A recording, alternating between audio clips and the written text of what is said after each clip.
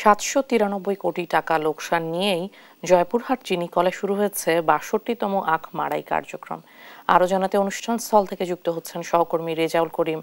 রেজা, আখ মাড়াই কার্যক্রমের বিস্তারিত জানাবেন। হ্যাঁ ইশিকা, আমি এখন দাঁড়িয়ে আছি জয়পুরহাটের সুগার মিলে।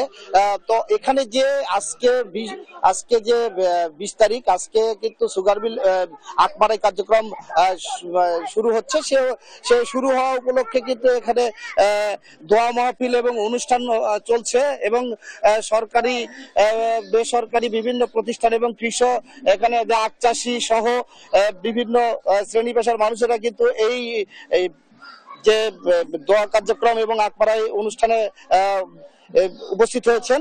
এখন জয়পুরহাটের যে এই সুগার মিলটি, একটা বিষয় জানিয়ে রাখি যে 797 কোটি টাকা মানে কিন্তু লোকসানের বোঝা নিয়ে কিন্তু মানে এখন আবারও এই কার্যক্রম শুরু হচ্ছে। 1960 সালে এই সুগার মিলটি জয়পুরহাটে স্থাপিত হয় এবং 1963 সালে কিন্তু এই সুগার মিল কিন্তু আখ মাড়াই শুরু হয়। তো আজকে কিন্তু আপনি দেখছেন যে এখানে আখ কিন্তু এখন কিছুক্ষণের মধ্যে এখানে আনুষ্ঠানিকভাবে কার্যক্রম শুরু হবে এবং আমি এখানে যে আখ মাড়াই কার্যক্রমের যে আজকে শুরুর একজন অতিথি আছেন, সেটা হচ্ছে আখ চাষী কল্যাণ সমিতির জেলার সভাপতি।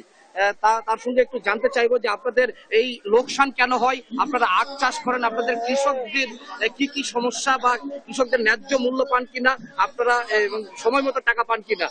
এটার প্রধান সমস্যা হচ্ছে আখের দাম অন্যান্য জিনিসের থেকে কম হয়। মানুষ আখ চাষ থেকে বিরত হয়ে গেছে, আখ চাষ থেকে সরে গেছে। আখের দাম বেশি করতে হবে, আখ দেওয়ার সঙ্গে সঙ্গে টাকা দিতে হবে এবং কর্মকর্তাকে আখ চাষির সঙ্গে ভালো ব্যবহার করতে হবে।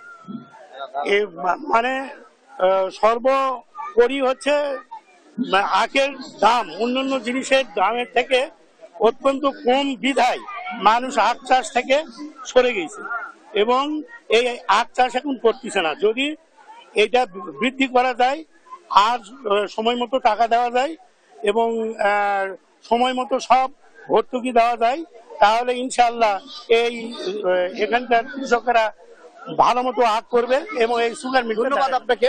তো একটা বিষয় আমি জানিয়ে রাখি যে এখানে আজকে কিন্তু এই যে অনুষ্ঠান চলছে, তো এখানকার যে সুগার মিল কর্তৃপক্ষ যেটি আমাকে জানিয়েছেন যে সুগার মিল এবারে 40 দিন চালানোর একটা পরিকল্পনা করেছেন। গত বছর কিন্তু 21 দিন চলেছে।